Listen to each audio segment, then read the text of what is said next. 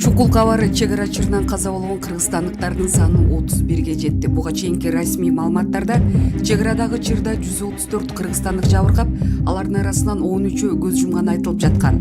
Баткендеги кыргыз-тажик чек ара жаңжалынан каза болгондордун саны 31ге жетти. Бул тууралуу брифинг учурунда саламаттыкты сактоо министринин биринчи орун басары Ализа Солтонбекова билдирди.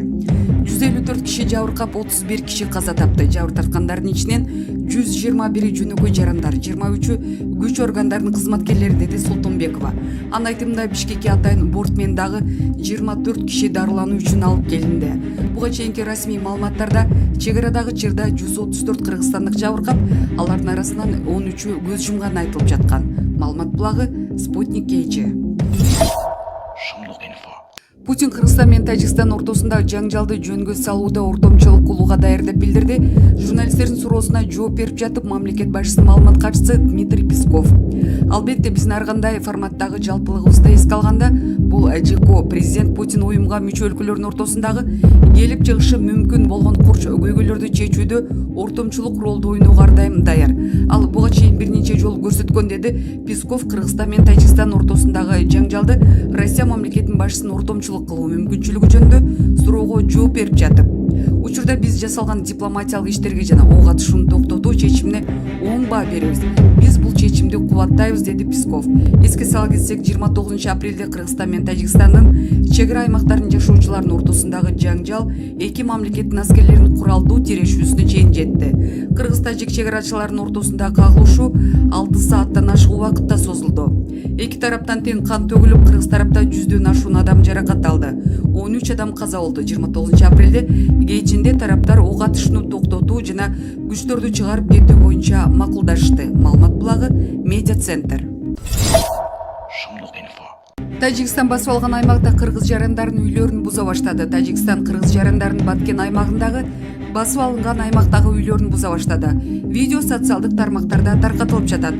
Бул Лейлек районунун Арка кыргыз айылы экени кабарланды. Маалымат булагы Репортер KG.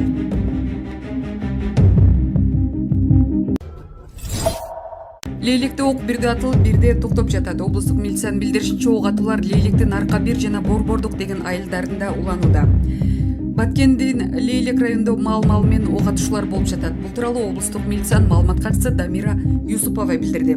Анын айтымында ок атуу Арка 1 жана Борбордук деген айылдарында уланууда. Улам атышы бир аз токтоп калып, кайра уланып жатышат. Азыркы абал ушундай, деди Юсупова. Маалымат булагы Спутник KG.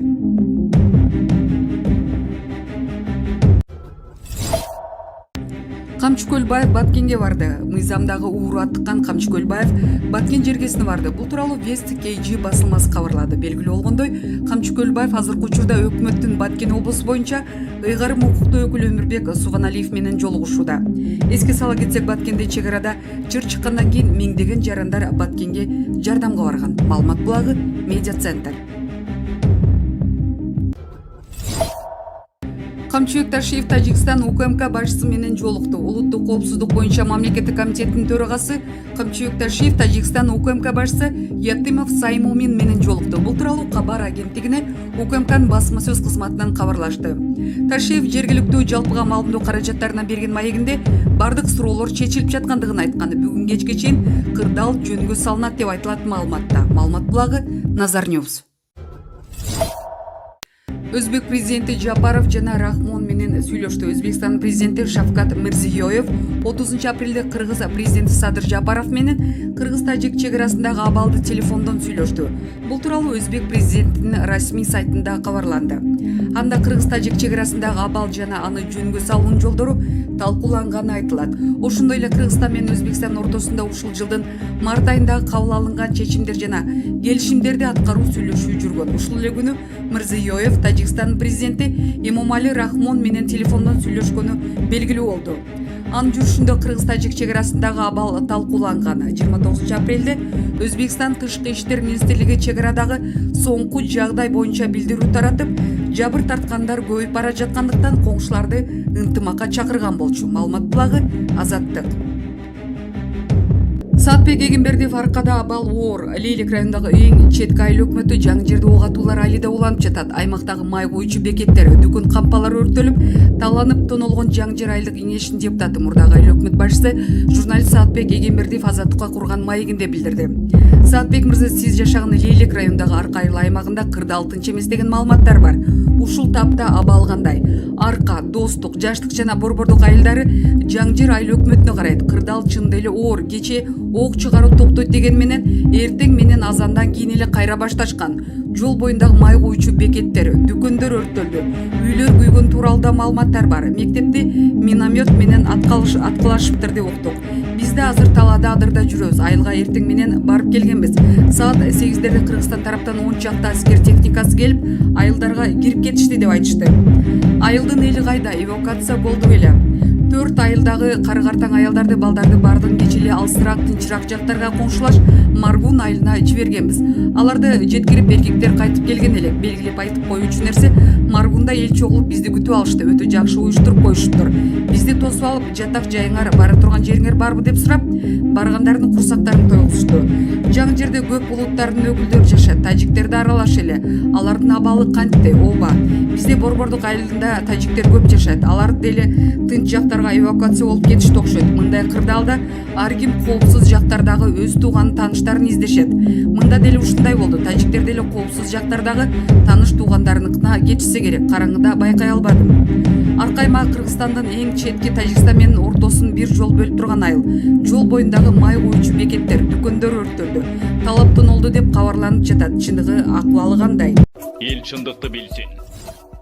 Сыймык Жапыкеев 300 офицер менен Баткенге барууга президенттен уруксат сурады. Урматтуу башкы командачы Садыр Нуркожоевич, финансы полициясынын жамааты сизден уруксат сурайбыз. Фин полиция чөөлүп кеткенине карабастан, Финполдун толук жамааты Баткенге барып, элибиздин тынчтыгы үчүн өз жаныбызды аябастан барып баскынчыларга каршы туруштук берүүгө 300 офицер чыгып кетүүгө даярбыз. Фин полициянын өздүк курамы штаб, спецназ, оперлер, тергөөчүлөр жана башкы офицерлер барыбыз элибиздин, жерибиздин, мамлекетибиздин бүтүндүгү, тынчтыгы үчүн турууга милдеттүүбүз. Уруксат бериңиз, жолдош президент. Финпол толук ликвидация боло элек. Ошол себептен бизге курал жарактарын кайтарып беришсе, биз Баткенге чыгып кеткенге накпыз. Маалымат үчүн бул билдирүү Финполдун убактылуу жетекчиси Султанов Жомарт Амановичтен келген. Бул пост пиар үчүн эмес, мен пиарга муктаж эмесмин дейт. Маалымат булагы Медиа Центр.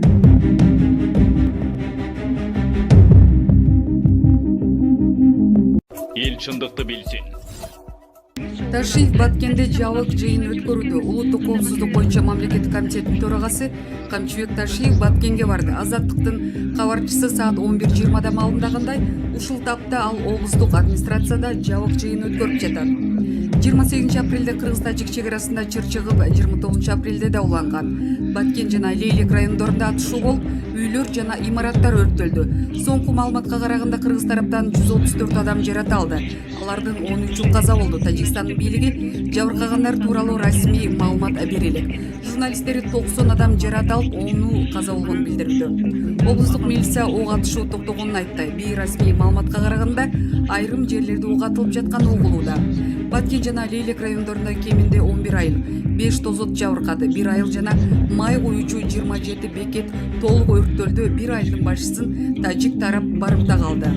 Чек-ара кызматы УКМКга карайт. Маалымат булагы Азаттык. Эл чындыкты билсин.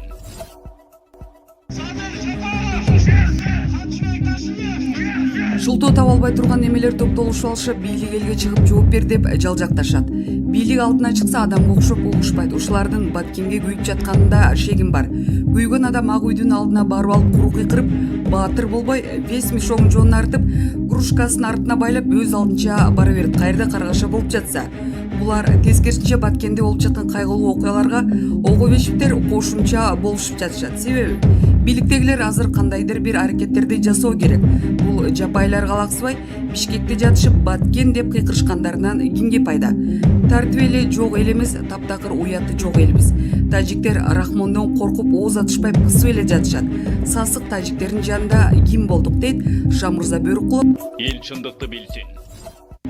Ар бир адамдын өмүрү жана мекендин ар бир карыш жери биз үчүн аманат. Урматтуу элим, 2 күндөн бери өлкө өзөтө оор кырдаалды баштан кечирүүдө. Мамлекеттин бүтүндүгү коркунучка кептелип, Баткен облусунун аймагында жашаган мекендештер жана аскер күчтөрү оор акыбалда калды. Мындай учурда саясатчы, жөнөкөй жаран аскер адамдары бардыгы биримдикке келип, бир муштумдай түйүлүүгө тийиш. Ошондой эле акылман элибиз айрым сырткы күчтөрдүн мекендин тынчтыгын бузууга аракет кылган тараптардын жетегине түшпөй, ынтымак жана сабырдуулукту карманышы зарыл.